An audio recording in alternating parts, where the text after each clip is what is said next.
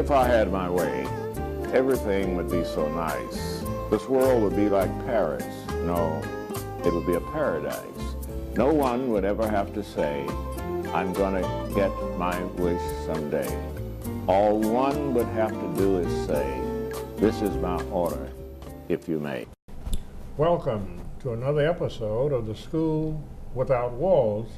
I'm Anthony Hobbs, host and founder of this educational program.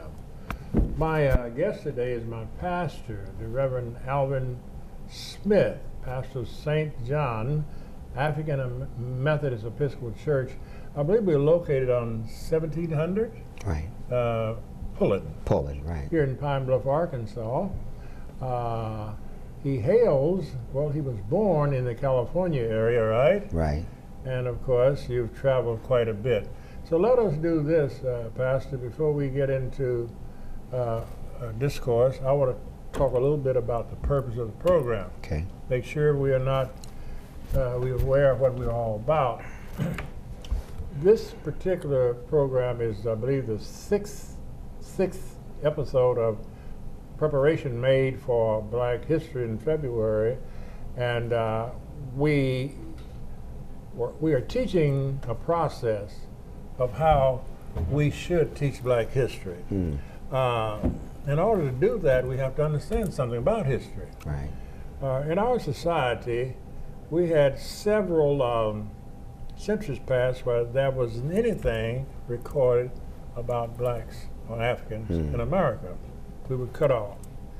And the question might be, why is it that we are talking about African American history, not talking about Chinese history, Mexican history? The answer would be they have never been disconnected. Right. But we have been completely disconnected. And the curriculum that we were permitted to use after the civil rights struggle was not the best for us.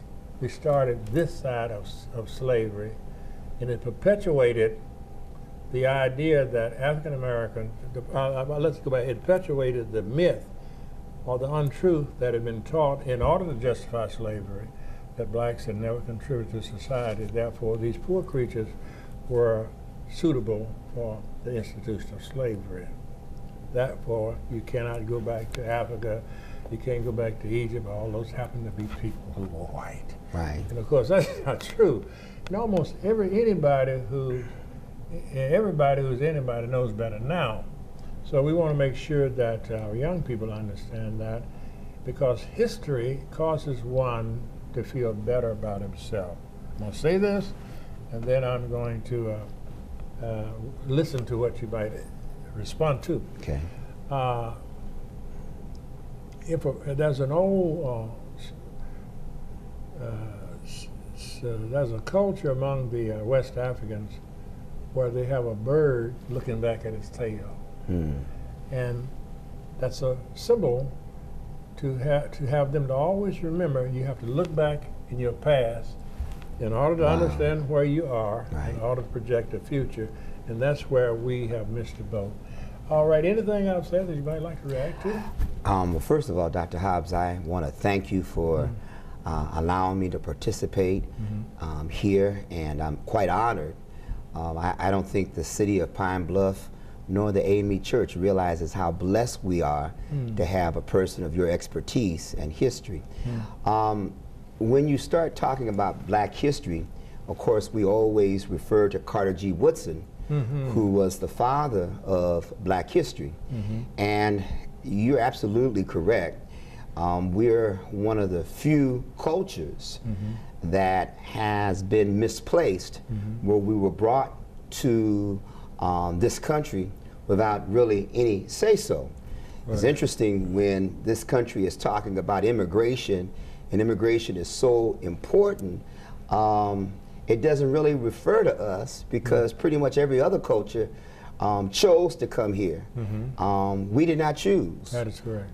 We were brought here on slave ships, and we were forced to be created, or I should say be treated with uncivilized manners. And so it is important for us to know where we come from and where we originated from, because we certainly don't want to be like the animal chasing its tail and never really finding any place or any sense of identity. And that's pretty much where you are when you don't have a past, when you don't have a history, when you don't have an identity.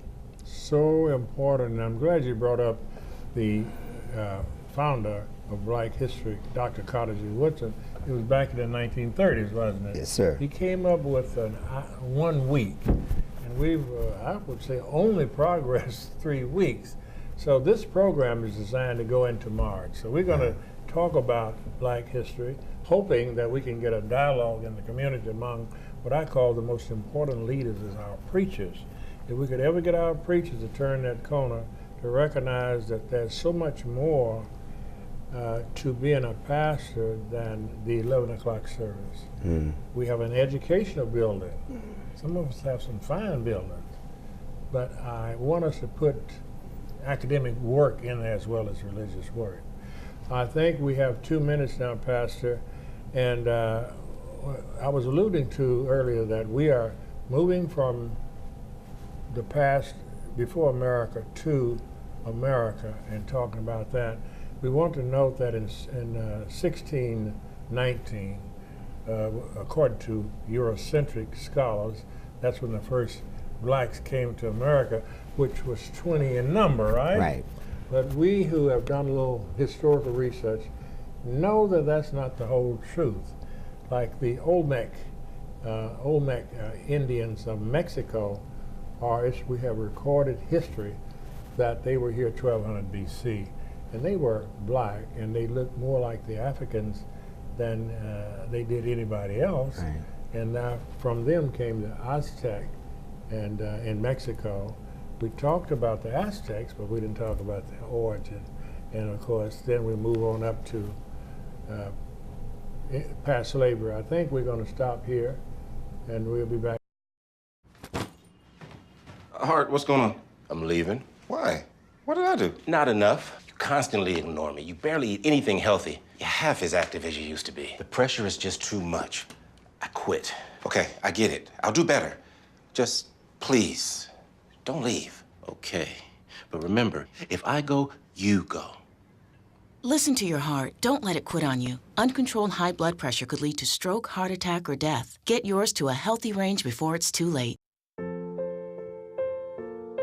This is why you took a second job. While you taught yourself how to fix the plumbing. While you'll do whatever it takes to keep your home. And that is why we want to help. We are making home affordable, a free government resource that can make paying the mortgage easier. Call 888-995-HOPE today.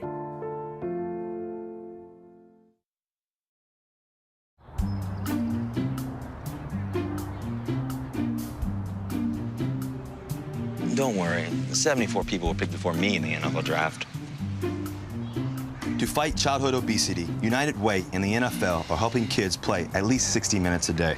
Okay, time for the team obstacle course. Yay! What this place needs is more healthy kids. To get involved or donate, go to unitedway.org/play60. Now I get it. Those of you who have just joined us, I'm Antonio Hobbs, host and founder of this educational program called The School Without Walls. My guest is my pastor, the Reverend Alven Smith, pastor of St. John African Methodist Episcopal Church here in Pine Bluff. You know, Pastor, a lot of people don't know what AME stands for, do they? No, they don't. That's why I deliberately said it stands for the African Methodist Episcopal Church. Right. Would you explain what that means? Were we founded in Africa? You know, we were not. No, when you talk about the topic of black history, you can't help but refer to the AME Church. Right. When you go all the way back to 1787 and you start talking about how two gentlemen were picked off from their knees, kneeling at the altar, praying, and Absalom Jones and Richard Allen decided that they were going to boycott, and they walked out. And here you see this scene of African Americans walking out behind them.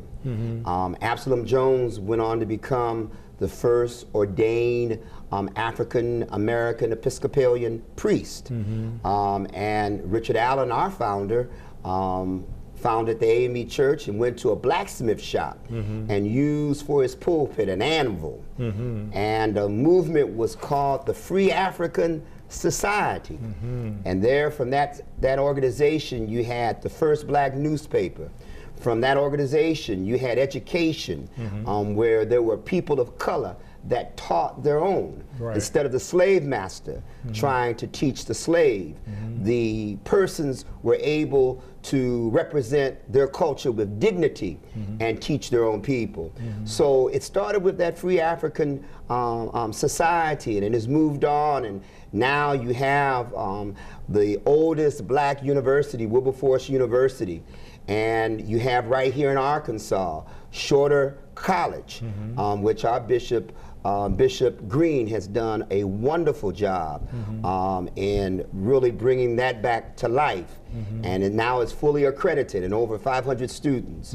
So yes, we have a strong legacy when it comes to African American history. In other words, you might say the African Americans were the first Africans to protest officially, right? Because they protested the way they were treated within the confines of the congregation, the church, right? Very much so. They were the first to actually, there has always been that debate about whether we were the first to have what we call the black church. But those churches were started by slave masters. Right, in the South. In the South. But we were the first protest movement. And of course, then when you talk about a Bishop Turner, who was very significant in his day, with the Back to Africa movement before Marcus Garvey was even on the scene. What was that bishop? Bishop Henry McNeil Turner. And he started what we call now Liberia, which is West Africa. Which is in West Africa. Which is in West Africa. Very, very good information for our young people to know. So our church has been more than just a house of worship. It was a society, I think you mentioned, and that is very important. I think of it as a nation, but your society is what they call it, but they had a school within it. They had a religious institution called the church. They had hospitals for health. So they had a culture of society that brought us a long way. Okay, now what about Selma, Alabama? I think quite a few young people are presently conscious because there was a movie called Selma, wasn't it? That's showing now. Yes, it is. What's the history behind that? We are to be going, our congregation, we're going to Little Rock to see as a congregation the movie, and you're going to help lead a dialogue. The purpose of Selma was, again, basically speaking out against injustice. And they say that that was probably one of the most pivotal movements for Dr. King. When you look at the movie Selma, and you look at the current conditions with Ferguson, Missouri, and then when you look at New York, with the gentleman there, and you look all across the country, the question is, are we still in Selma? Are we still suffering with some of the conditions that our people suffered in Selma? Yes, the question is how much progress has been made in the USA since that period of time, right? Exactly. Now, for the benefit of young people, what was the state of our nation, just say prior to the march there? I believe Selma's where they did the march across the bridge, was it? Exactly, right. Yeah, what type of era was it?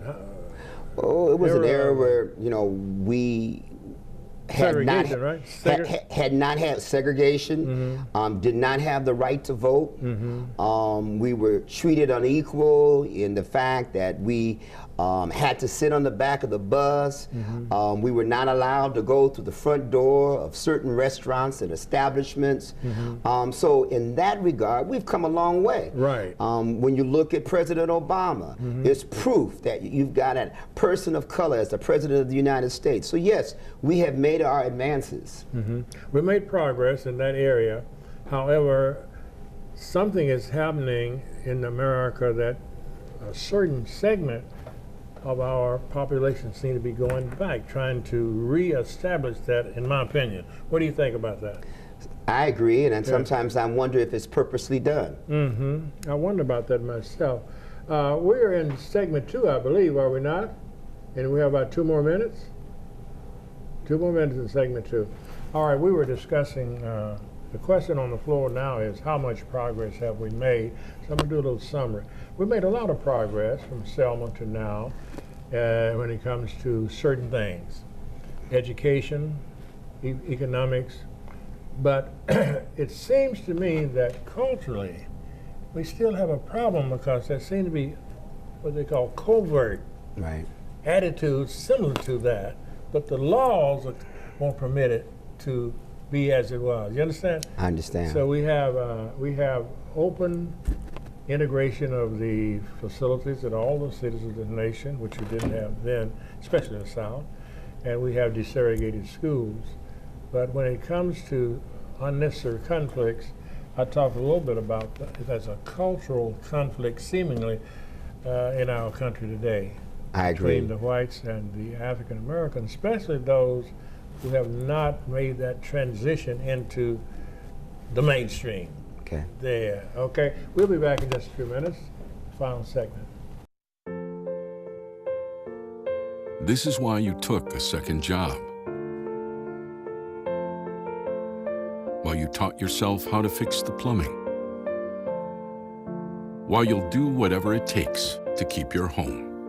And that is why we want to help. We are making home affordable, a free government resource that can make paying the mortgage easier. Call 888.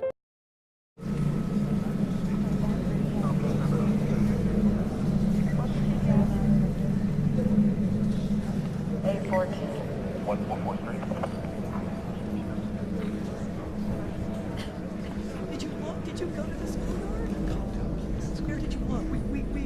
We can make a plan somehow. If I just. He's a smart boy, and he's gonna be okay. Just okay. Try to call him again. There's no reception. Everything is down. Try. I can't. Try already. Nothing's working. Well, just everything's try. down. Do you think he's on his way? Please. Is he okay? Laura. Please tell me he's okay. I need you to calm down. What? It's my baby. This is so bad. He's out there by himself. Make sure you know where to find your family in an emergency. Start your plan at ready.gov.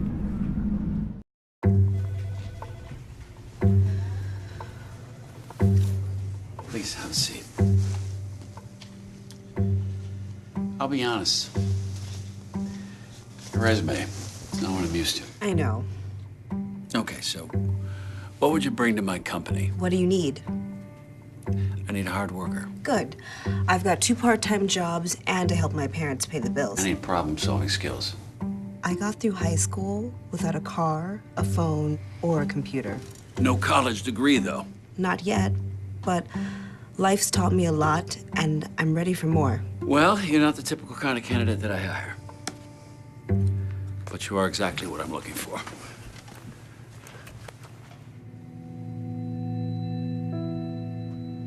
Your company could be missing out on the candidates it needs most.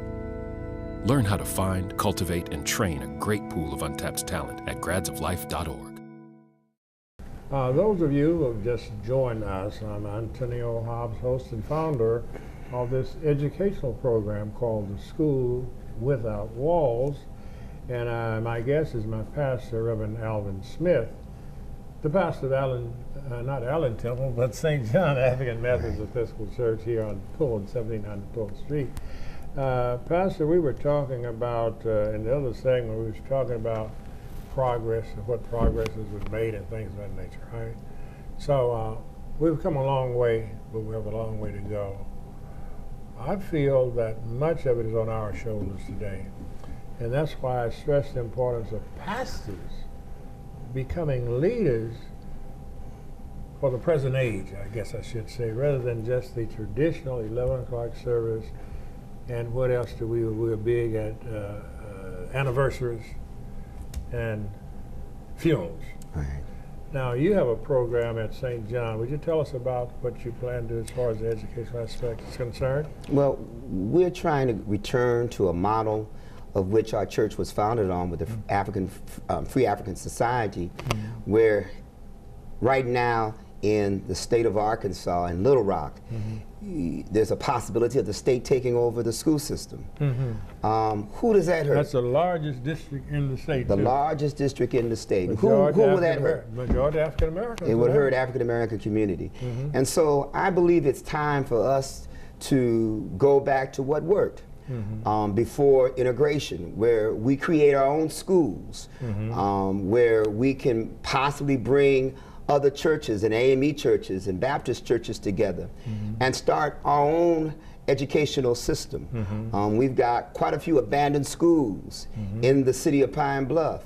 What would it take for us to start maybe one school? So St. John is now wanting to reach out to UAPB, and we're going to start with Bible studies, but trying to create a conversation and a dialogue where we can come together and start putting together programs that will enhance and programs that will empower our young people, so we will no longer become part of the statistics.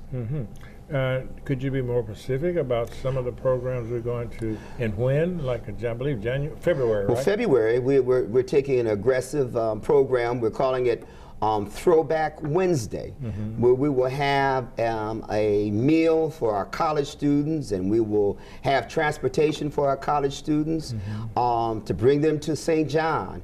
They will have a dinner, and then from the dinner we'll go into at least 5 Bible studies, some of which the college students themselves, students who are studying for ministry.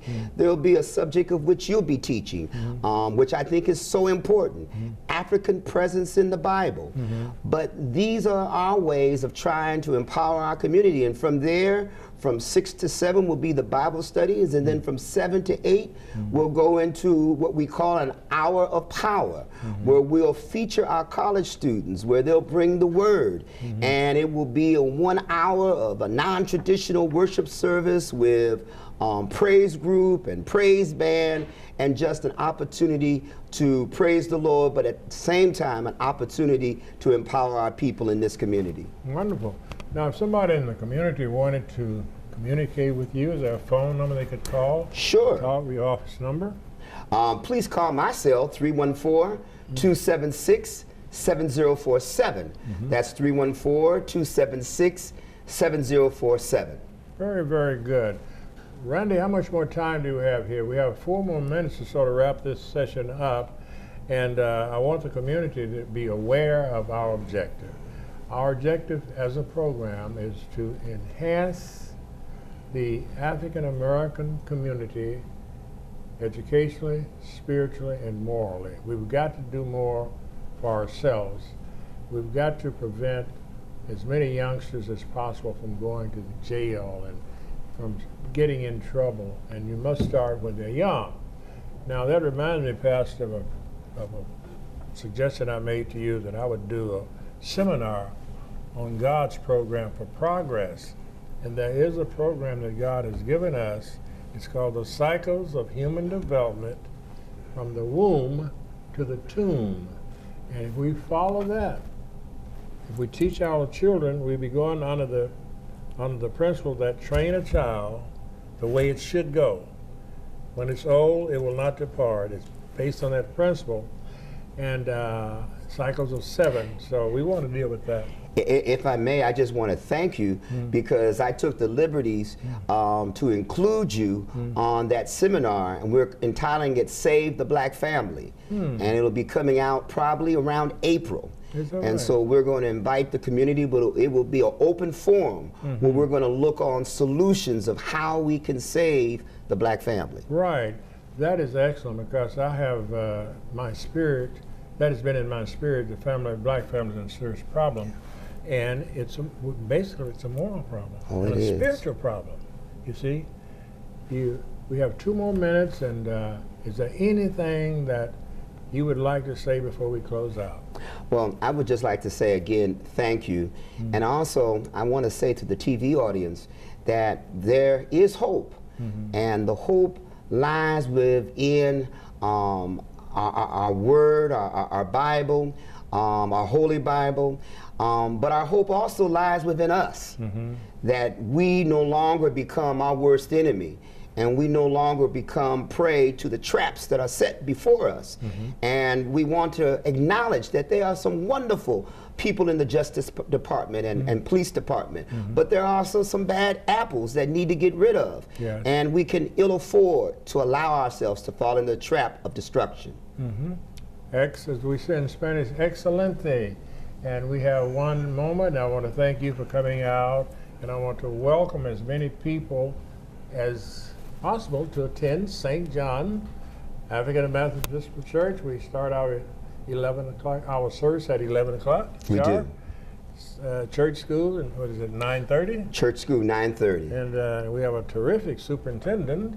What is his name? Judge Jameson. Judge Jameson. Yeah. All right, thank you. We thank Randy Kelly, for the manager here at the television station, for working so well with us. Have a nice day.